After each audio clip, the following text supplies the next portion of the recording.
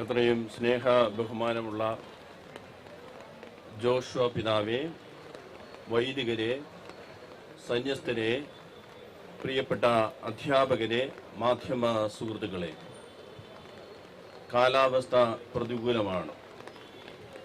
സർക്കാർ അധ്യാപകരോട് പ്രതികൂല നിലപാട് സ്വീകരിക്കുമ്പോൾ കാലാവസ്ഥ പ്രതികൂലമായാലും ന്യായമായ അവകാശങ്ങൾക്ക് വേണ്ടിയുള്ള പോരാട്ടം ഈ സെക്രട്ടേറിയറ്റ് നടയിൽ എത്ര തന്നെ വേണ്ടി വന്നാലും തുടരും എന്നതിൻ്റെ സൂചനയാണ് ഇന്ന് കേരളത്തിൻ്റെ എല്ലാ ജില്ലകളിൽ നിന്ന്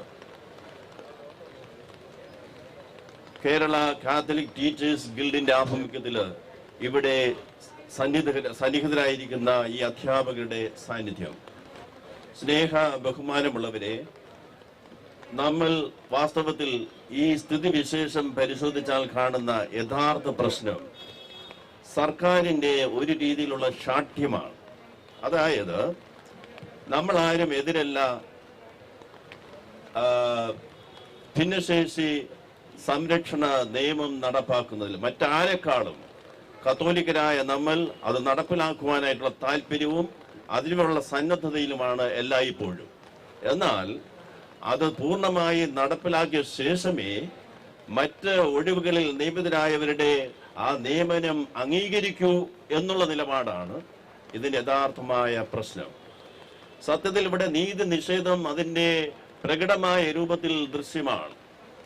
കോടതിയിൽ ന്യായമായ വിധി സമ്പാദിച്ച ഒരു സമുദായത്തിന് ലഭിച്ച ആ വിധി സമാന സ്വഭാവമുള്ള എല്ലാ സൊസൈറ്റികളുടെയും സ്ഥാപനത്തിലെ നിയമനങ്ങൾക്ക് നൽകണമെന്ന് കോടതി നിർദ്ദേശമുണ്ടായിട്ടും അത് തന്ത്രപൂർവ്വം പാലിക്കാത്തത് തികച്ചും വിവേചനമാണ് എന്നുള്ള കാര്യം നമ്മളിവിടെ തിരിച്ചറിയുകയാണ്. നമുക്കറിയാം സർക്കാരുകൾ രൂപീകൃതമാകുന്ന പ്രക്രിയ ജനാധിപത്യ സമൂഹത്തിലെ പ്രകാരമാണ്. ഇനിയിപ്പോൾ തെരഞ്ഞെടുപ്പുകൾ വരുവേണ്ട സമയമായി. സർക്കാരുകൾ അധ്യാപക സമൂഹത്തെ വെറുപ്പിച്ചുകൊണ്ട്, അതും ഒരു വിഭാഗത്തെ മാറ്റി നിർത്തിക്കൊണ്ട് അവഗണിച്ചുകൊണ്ടുള്ള സമീപനം ആത്യന്തികമായി ജനാധിപത്യ വ്യവസ്ഥയിൽ അംഗീകരിക്കുവാൻ സാധ്യമല്ല എന്നുള്ള കാര്യം നമ്മൾ ഇവിടെ ഉറക്കെ പ്രഖ്യാപിക്കുകയാണ്.